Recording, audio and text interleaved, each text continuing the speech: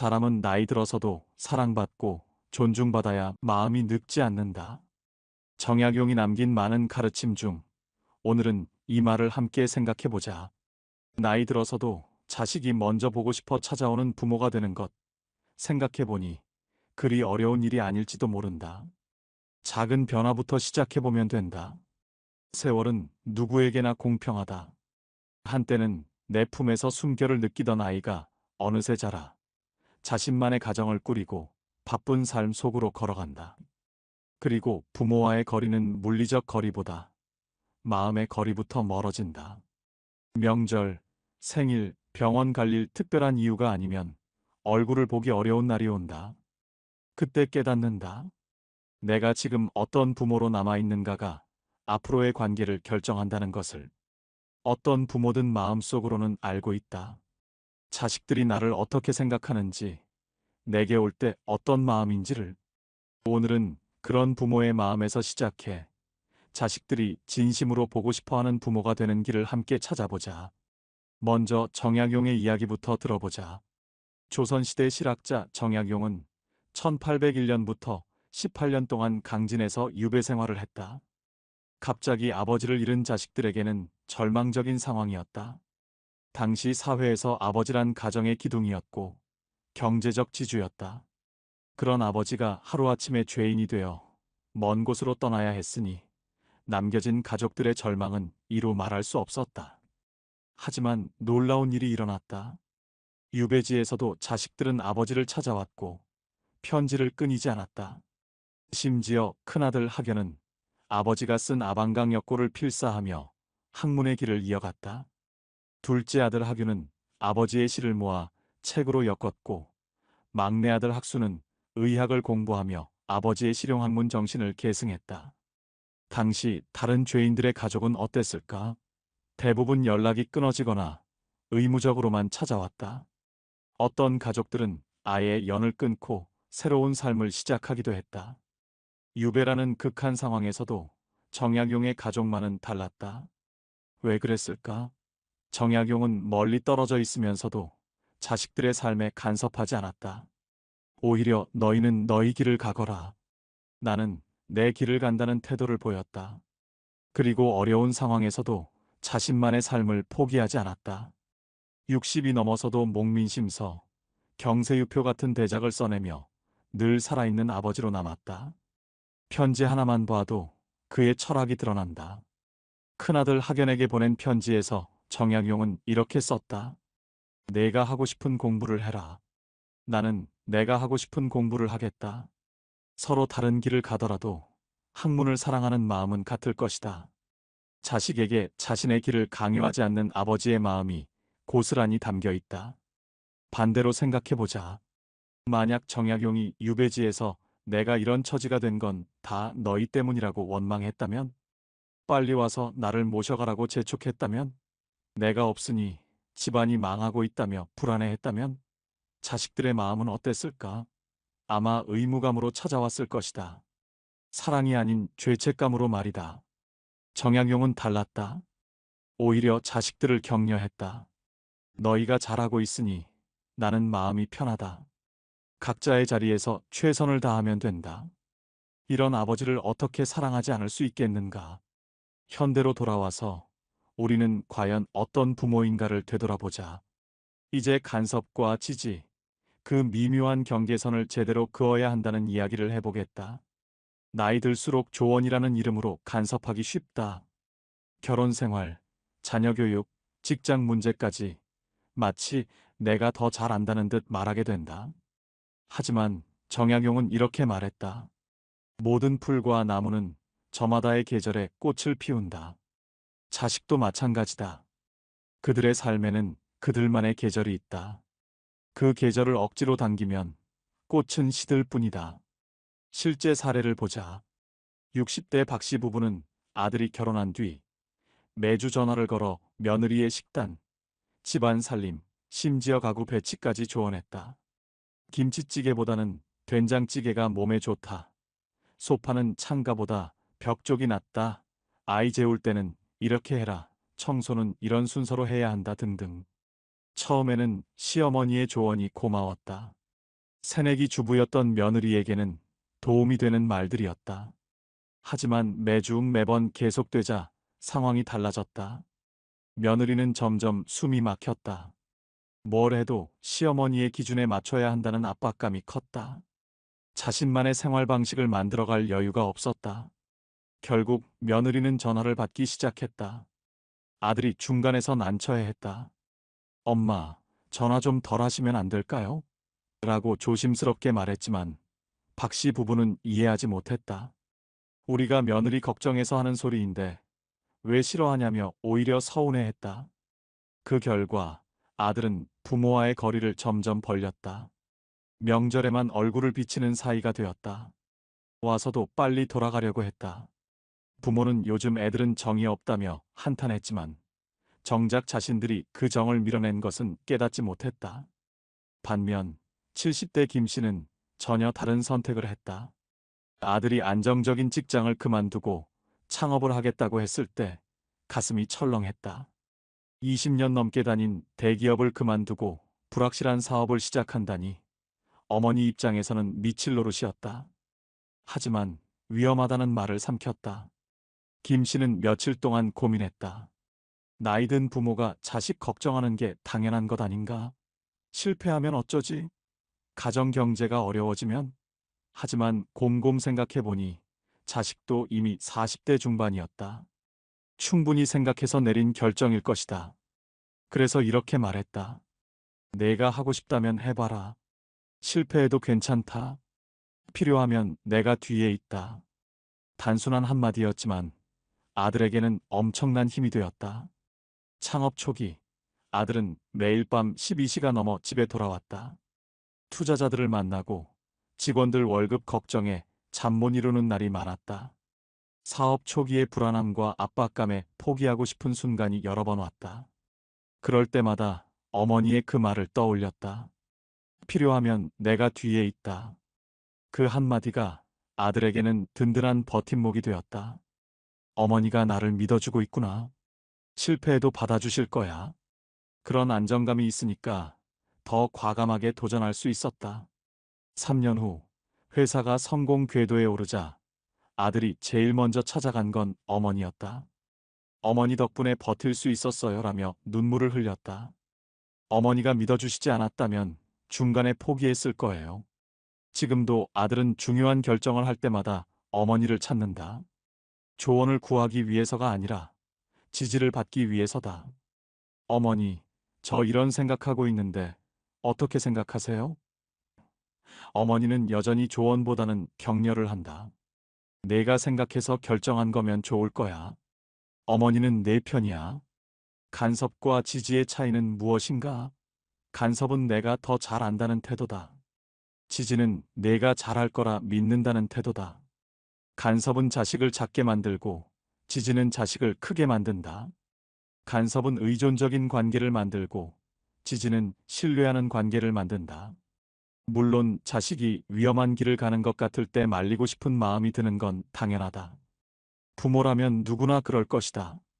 하지만 그 순간에도 내가 잘 해낼 거라 믿는다는 말이 자식을 붙잡는 밧줄보다 멀리 날아가게 하는 바람이 된다는 걸 기억하라. 또 다른 사례를 보자. 65세 송 씨는 딸이 이혼하겠다고 했을 때 어떻게 반응했을까? 처음에는 당연히 만류했다. 참고 살아봐라. 이혼하면 아이들은 어떻게 하냐? 세상 사람들 시선은? 하지만 딸의 표정을 보니 이미 결심이 굳어 있었다. 송 씨는 생각을 바꿨다. 내가 그렇게 힘들었구나. 엄마가 몰랐네. 내 결정을 존중할게.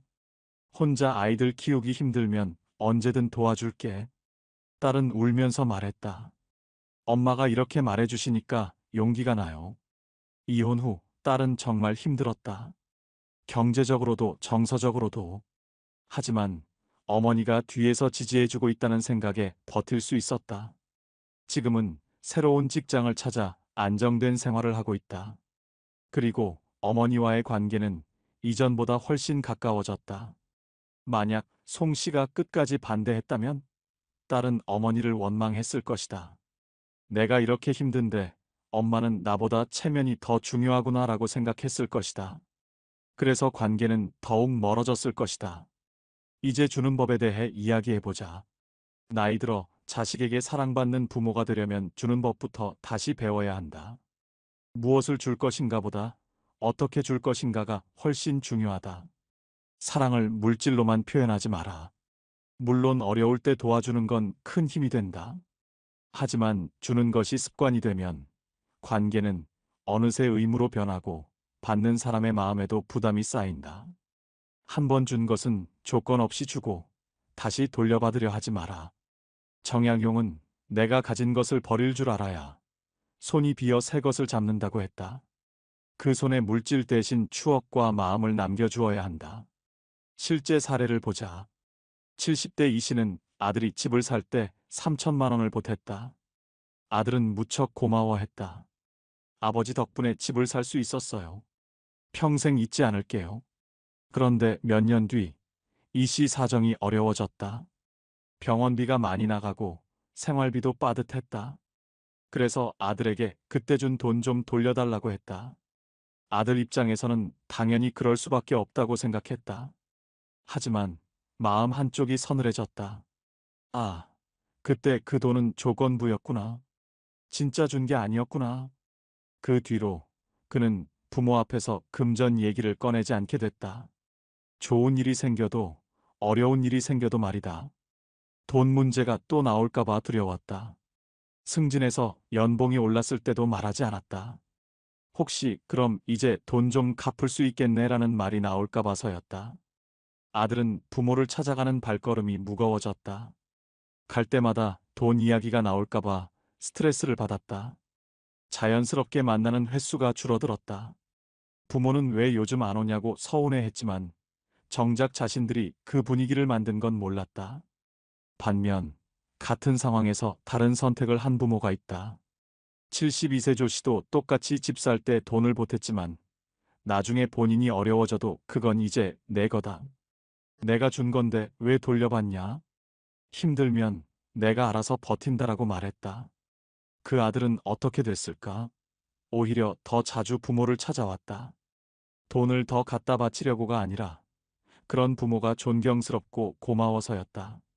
부모님이 이렇게 해주셨는데 내가 더 잘해야지라는 마음이 저절로 생겼다. 아들은 부모님이 어려우시다는 걸 알았다. 하지만 부모님이 먼저 돈 이야기를 꺼내지 않으니까 아들도 부담 없이 도울 수 있었다.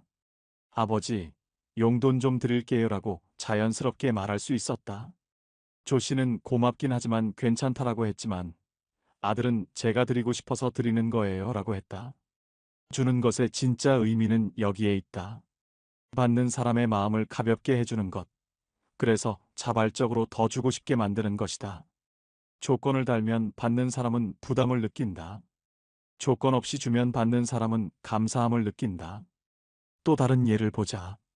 68세 한 씨는 손자 교육비를 지원해주고 있었다. 매달 50만 원씩 학원비를 대주고 있었는데 어느 날 며느리가 아이가 피아노를 배우고 싶어 해요라고 했다. 한 씨는 벌써 학원비로 50만 원 주고 있는데 또 달라는 거야? 라고 말했다. 며느리는 상처받았다. 돈을 주시면서 왜 이렇게 기분 나쁘게 말씀하시지? 그 뒤로 며느리는 한 씨에게 아이 이야기를 잘 하지 않게 됐다. 돈과 관련된 이야기가 나올까봐 조심스러웠다. 반대로 비슷한 상황에서 다른 할머니는 이렇게 말했다. 우리 손자가 피아노에 관심이 있구나. 좋은 일이네. 한 달에 얼마나 들어? 며느리가 20만 원 정도요라고 하니까 그럼 다음 달부터 70만 원 드릴게. 우리 손자 재능 있으면 실컷 배우게 해줘. 같은 돈을 주더라도 마음가짐과 표현이 다르면 받는 사람의 기분이 완전히 달라진다. 첫 번째 할머니는 내가 이미 충분히 주고 있는데 또 달라는 거냐는 태도였다면 두 번째 할머니는 손자를 위해서라면 얼마든지라는 태도였다. 자식 곁에만 매달려 살지도 마라. 노년에는 반드시 내 몫의 인생을 살아야 한다는 이야기를 해보자. 여행을 가고 새로운 것을 배우고 도전하는 삶을 포기하지 마라. 자식에게 존경을 받는 부모는 몸은 늙어도 눈빛이 살아있다. 정약용의 또 다른 일화를 보자. 유배에서 풀려난 후 73세의 정약용은 여전히 왕성한 활동을 했다. 제자들을 가르치고 새로운 책을 계획하고 사람들과 어울리며 세상을 향해 걸음을 멈추지 않았다. 심지어 새로운 학설을 연구하며 배움에는 나이가 없다고 말했다. 어느 날 제자가 물었다. 선생님, 이제 나이도 많으신데 좀 쉬시면 어떨까요? 정약용은 웃으며 답했다. 내가 쉬는 순간 내 마음도 늙는다. 몸은 늙어도 마음만은 늘 젊어야 한다. 그래야 젊은 너희와 이야기할 수 있지 않겠느냐? 그런 아버지를 보며 자식들은 어떤 생각을 했을까? 우리 아버지는 정말 대단한 분이시다. 저런 분의 자식이라는 게 자랑스럽다라고 생각했을 것이다. 당신이 활기차게 살아가는 모습은 자식에게 부끄럽지 않은 본보기가 된다. 현대의 사례를 보자. 65세 최 씨는 남편이 돌아가신 후 우울증에 빠졌다.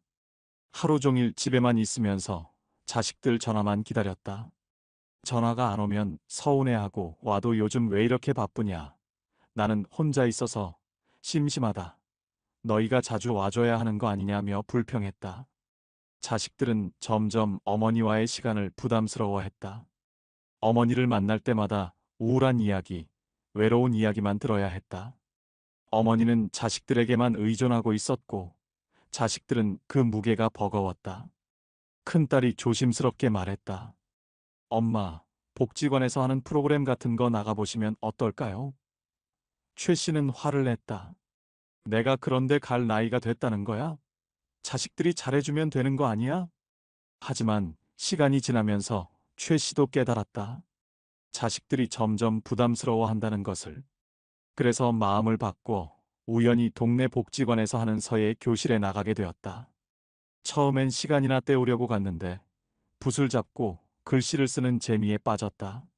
서예를 배우면서 최 씨의 하루가 달라졌다. 오전에는 복지관에 가서 서예를 배우고 오후에는 집에서 연습했다. 복지관에서 만난 친구들과 이야기하는 것도 즐거웠다. 서로의 작품을 보며 격려하고 때로는 함께 전시회도 구경했다. 6개월 후에는 복지관 서예 동아리 회장이 되어 있었다. 다른 회원들이 최 선생님 글씨가 정말 좋다며 존경의 눈빛을 보냈다. 최 씨는 오랜만에 자신감을 되찾았다. 그때부터 최 씨가 달라졌다. 자식들에게 전화할 때도 오늘 서예 전시회 준비한다고 바빴다. 다음 달에 문화센터에서 작품 전시한다. 복지관 회장으로 선출되어서 할 일이 많다 같은 이야기를 했다. 자식들도 놀랐다. 우리 어머니가 이런 재능이 있으셨구나. 이렇게 활기차게 지내시는구나. 예전에는 어머니 전화를 받는 게 부담스러웠는데 이제는 어머니의 근황이 궁금해졌다. 어머니가 무슨 재미있는 일을 하고 있을까? 지금은 자식들이 먼저 안부를 묻는다. 어머니, 요즘 서예는 어떻게 되어 가세요? 전시회 준비는 잘 되고 있어요? 이야, 어머니의 새로운 도전을 응원하고 자랑스러워한다. 나이든 부모가 새로운 일에 도전하는 모습을 보면 자식들은 존경심을 갖게 된다. 반대 사례도 있다.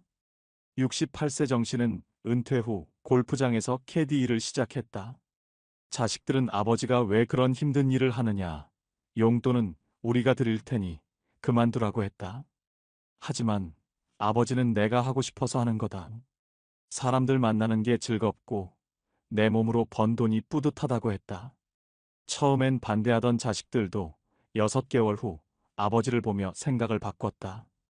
피부도 좋아지고 표정도 밝아지고 새로운 사람들과 어울리며 젊어 보였다. 골프장에서 만난 사람들과 등산도 가고 때로는 술 한잔하며 인생 이야기를 나누기도 했다. 집에 있을 때보다 훨씬 활기찼다. 지금은 아버지가 일하시는 모습이 멋있다며 자랑한다. 친구들에게도 우리 아버지는 70이 다 되어서도 일하신다. 정말 대단하지? 라고 말한다. 아버지도 내가 일하니까 애들이 더 존경하는 것 같다며 뿌듯해한다. 또 다른 사례를 보자. 66세 윤 씨는 남편이 돌아가신 후 우울해하던 중 딸의 권유로 요가를 시작했다. 처음에는 내 나이에 무슨 요가냐며 거부했지만 딸이 엄마 건강을 위해서라고 하니 마지못해 시작했다. 6개월 후 윤 씨는 완전히 다른 사람이 되어 있었다. 몸이 유연해지고 자세도 좋아졌다. 요가 선생님이 윤 선생님은 정말 열심히 하신다며 칭찬했고 다른 수강생들과도 친해졌다. 요가 후에는 커피를 마시며 이야기하는 시간이 생겼다. 윤 씨는 요가에 빠져들었다. 집에서도 요가 동작을 연습하고 요가 관련 책도 읽었다. 나중에는 요가 지도자 과정까지 수강했다. 70세에 요가 강사 자격증을 땄다. 지금 윤 씨는 복지관에서 시니어 요가를 가르치고 있다. 자식들은 엄마가 이렇게 멋진 일을 하고 계신다니며 자랑스러워한다. 손자들도 할머니는 요가 선생님이야라고 친구들에게 자랑한다. 내 몫의 인생을 사는 부모를 보면 자식들은 안심한다. 우리가 없어도 부모님은 잘 지내실 거야라는 생각이 든다. 그런데 이상하게도 그런 부모일수록 자식들이 더 자주 찾아온다. 부담 없이 즐거운 마음으로 말이다. 반대로 자식에게만 의존하는 부모는 자식들에게 부담을 준다. 우리가 자주 가봐야 한다. 혼자 계시면 외로우실 텐데 같은 의무감이 생긴다. 의무감으로 하는 효도는 오래가지 못한다. 피곤하고 스트레스가 쌓인다. 74세 박 씨의 경우를 보자. 아내가 돌아가신 후 혼자 지내게 되었는데 하루 종일 TV만 보며 지냈다. 자식들이 아버지, 밖에 나가시지 그러세요라고 해도 나갈 데가 어디 있냐며 집에만 있었다. 자식들은 걱정이 되어서 교대로 아버지를 찾아갔다. 하지만 갈 때마다 아버지는 같은 이야기만 반복했다. 심심하다, 외롭다, 너희 엄마가 그립다. 자식들은 아버지를 위로하려고 노력했지만 근본적인 해결책은 없었다. 결국 자식들이 상의해서 아버지를 경로당에 모시고 갔다. 처음에는 내가 그런데 갈 나이가 됐냐며 거부했지만 자식들이 한 번만 가보세요라고 해서 마지못해 따라갔다. 경로당에서 바둑을 두는 사람들을 보니 재미있어 보였다. 박 씨도 어릴 때 바둑을 조금 둘 줄 알았다. 그래서 한 게임 두게 되었는데 생각보다 재미있었다. 상대방도 박 형님 바둑 실력이 좋으시네라고 칭찬해줬다. 그 뒤로 박 씨는 매일 경로당에 나갔다. 바둑도 두고 다른 어르신들과 이야기도 나누고 때로는 함께 등산도 갔다. 집에 혼자 있을 때보다 훨씬 즐거웠다. 자식들도 안심했다. 아버지가 친구들도 생기시고 재미있게 지내시니까 우리도 마음이 편해요. 이제는 박 씨가 먼저 자식들에게 전화한다. 오늘 바둑에서 이겼다. 다음 주에 등산 간다 같은 즐거운 소식을 전하기 위해서다. 이제 가장 중요한 이야기를 해보자. 부모라는 이름 아래 가장 쉽게 있는 것이 있다. 바로 고맙다와 미안하다는 말이다. 당연한 듯 받기만 하고 서운함은 표현하면서도 감사와 미안함은 뒤로 미루게 된다. 하지만 이것이야말로 관계를 회복하는 가장 강력한 방법이다. 와줘서 고맙다. 내가 있어 든든하다. 내가 미안하다. 이 짧은 한마디가 자식의 마음을 다시 부모에게 향하게 한다. 정약용은 제자들에게조차 너희 덕분에 하루가 즐겁다는 인사를 전했다. 심지어 편지에서도 내가 이렇게 안부를 물어주니 아버지 마음이 따뜻하다라고 썼다. 나이를 막론하고 감사의 말은 관계를 따뜻하게 하는 비밀이다. 실제 사례를 보자. 75세 한 씨는 매번 아들이 찾아올 때마다 왜 이제 와? 바쁘다고 전화도 안 하고 며느리는 왜 안 와 같은 말부터 했다. 아들은 올 때마다 마음이 무거웠다. 어머니를 뵈러 오는 건데 왜 이렇게 기분이 안 좋을까? 아들도 처음에는 어머니, 저도 바빠서 그래요. 이해해 주세요라고 말했지만 갈 때마다 같은 소리를 들으니 점점 찾아가기 싫어졌다. 어머니를 만나는 것이 즐거움이 아니라 스트레스가 되었다. 그런데 어느 날 한 씨가 치매 초기 진단을 받았다. 그때서야 깨달았다. 내가 아들에게 얼마나 서운함만 표현했나. 고마움은 한 번도 제대로 말한 적이 없네. 시간이 얼마 남지 않을 수도 있는데 이렇게 서운한 마음만 갖고 있을 수는 없다. 그 뒤로 태도를 바꿨다. 바쁜데 와줘서 고마워. 내가 이렇게 챙겨줘서 든든해. 우리 아들 때문에 내가 이렇게 잘 살고 있어. 처음엔 어색했지만 계속 말하다 보니 자연스러워졌다. 아들의 반응은 어땠을까? 어머니가 이렇게 말씀하시니까 더 자주 오고 싶어져요라고 했다. 정말로 이제는 일주일에 2번씩 찾아온다. 의무감이 아니라 즐거움 때문이다. 어머니 뵈면 기분이 좋아져요. 어머니가 항상 고맙다고 하시니까 제가 오히려 더 감사한 마음이 들어요. 반대로 미안하다는 말도 중요하다. 78세 김 씨는 평생 가부장적이었다. 자식들 앞에서 한 번도 미안하다는 말을 해본 적이 없었다. 아버지가 왜 미안해하냐? 아버지는 가족을 위해 평생 고생했는데라는 생각이었다. 그런데 병원에 입원하면서 자식들이 교대로 간병하는 모습을 보게 되었다. 딸은 회사 일을 미루고 병원에 왔고 아들은 새벽 5시에 와서 김 씨를 씻겨드렸다. 며느리는 김 씨가 좋아하는 죽을 끓여서 가져왔다. 그 모습을 보며 김 씨는 처음으로 깨달았다.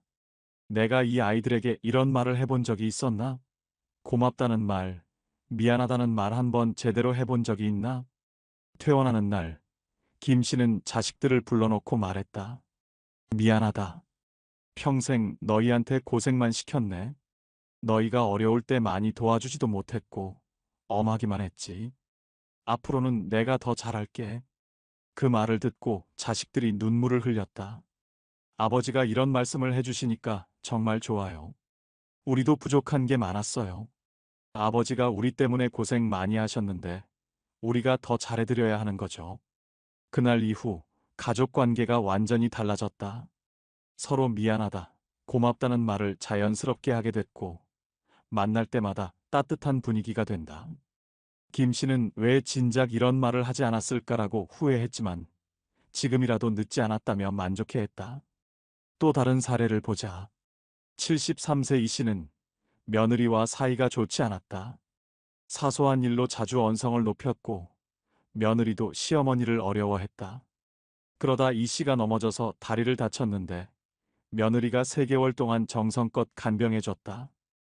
회복된 후 이 씨는 며느리에게 말했다. 고마웠다. 내가 평소에 너한테 못되게 굴었는데 이렇게 잘해줘서 미안하고 고마워. 앞으로는 내가 달리할게. 며느리도 눈물을 흘리며 말했다. 어머님, 저도 부족한 게 많았어요. 어머님이 이렇게 말씀해 주시니까 정말 감사해요. 그 뒤로 두 사람은 진짜 가족이 되었다. 혹시 자식이 찾아와도 불평과 잔소리부터 늘어놓지는 않는가? 그 순간 자식의 발걸음은 무거워진다. 반대로 이렇게 와줘서 힘이 난다라는 말은 그들의 발걸음을 가볍게 하고 다음 만남을 기대하게 만든다. 69세 최 씨의 경우를 보자. 아들이 찾아올 때마다 요즘 어머니 생각은 안 나냐? 전화 한 통 하기 어려우냐? 다른 집 아들들은 매주 온다던데 같은 말을 했다. 아들은 죄송해요라고 말하지만 마음속으로는 또 시작이네라고 생각했다. 그런데 최 씨가 태도를 바꿨다. 아들아, 와줘서 고마워. 내 얼굴 보니까 기분이 좋아진다. 바쁠 텐데 시간 내줘서 고마워. 처음에는 어색했지만 아들의 표정이 밝아지는 게 눈에 보였다. 지금은 아들이 더 자주 온다. 어머니가 고맙다고 하시니까 제가 더 오고 싶어져요. 예전에는 가면 혼날까봐 걱정했는데 이제는 가면 기분이 좋아져요. 감사 표현의 힘은 생각보다 크다. 같은 행동이라도 받아들이는 방식에 따라 관계가 완전히 달라진다. 당연하게 받지 말고 고마워하라. 그러면 상대방도 더 주고 싶어진다. 마지막으로 이 모든 것을 정리해보자. 늙어서도 보고 싶은 부모가 되는 4가지 원칙이다. 첫째, 간섭보다 지지를 선택하라. 자식의 삶에는 그들만의 계절이 있다. 그 계절을 존중하고 뒤에서 응원하는 부모가 되어라. 내가 잘할 거라 믿는다는 한마디가 모든 조언보다 힘이 세다. 자식이 실수할까봐 미리 막으려 하지 말고 실수를 통해 배우도록 내버려 두어라. 그것이 진짜 사랑이다. 당신의 경험을 강요하지 말고 그들이 자신만의 경험을 쌓을 수 있도록 믿음을 보여줘라. 둘째, 물질보다 추억을 남겨라. 한 번 준 것은 조건 없이 주고 마음의 빚을 만들지 마라. 돈으로 사랑을 표현하려 하지 말고 함께 보낸 시간과 따뜻한 말로 마음을 채워줘라. 자식이 어려울 때 도와주되 그것을 빌미로 간섭하려 하지 마라. 진짜 유산은 통장 잔고가 아니라 함께 웃었던 기억들이다. 자식들이 나중에 우리 부모님과 함께 했던 시간이 행복했다고 말할 수 있는 추억을 만들어라. 셋째, 집착보다 자유를 택하라. 자식 곁에만 매달려 살지 말고 내 몫의 인생을 살아라. 새로운 것을 배우고 도전하고 사람들과 어울리는 활기찬 모습이 자식들에게는 자랑스러운 부모다. 나이를 핑계로 포기하지 마라. 60, 70이 되어도 새로운 취미를 갖고 새로운 사람을 만나라. 그런 부모를 보며 자식들은 저런 부모님의 자녀라는 게 자랑스럽다고 생각한다. 의존적인 부모보다 독립적인 부모가 더 사랑받는다. 넷째, 무심함보다 감사를 표현하라. 고맙다, 미안하다는 말을 아끼지 마라. 자식이 찾아온 것 자체를 고마워하고 내가 부족했던 것은 미안해하라. 이 작은 말들이 관계를 따뜻하게 만든다. 부모라고 해서 항상 받기만 하는 존재가 아니다. 때로는 자식에게 고마움을 표현하고 잘못한 일에 대해 사과할 줄도 알아야 한다. 그런 겸손한 모습이 자식들의 마음을 더욱 부모에게 가깝게 만든다. 이 네 가지는 거창한 것이 아니다. 그저 오늘부터 조금씩 달리 해보는 것이다. 오늘 자식에게 잔소리 대신 수고했다는 말을 해보고 내일은 새로운 취미 하나를 시작해보라. 이런 작은 변화들이 쌓여서 앞으로의 10년, 20년을 완전히 바꿀 수 있다. 정약용은 말했다. 하루하루가 새로운 시작이다. 어제의 실수는 오늘의 지혜가 되고 오늘의 선택은 내일의 행복이 된다. 지금부터라도 늦지 않다. 오늘 자식에게 전화를 걸어 그냥 목소리 듣고 싶어서라고 말해보라. 내일 만날 때는 와줘서 고맙다고 먼저 말해보라. 그 작은 변화가 당신을 늙어서도 늘 보고 싶은 부모로 만들 것이다.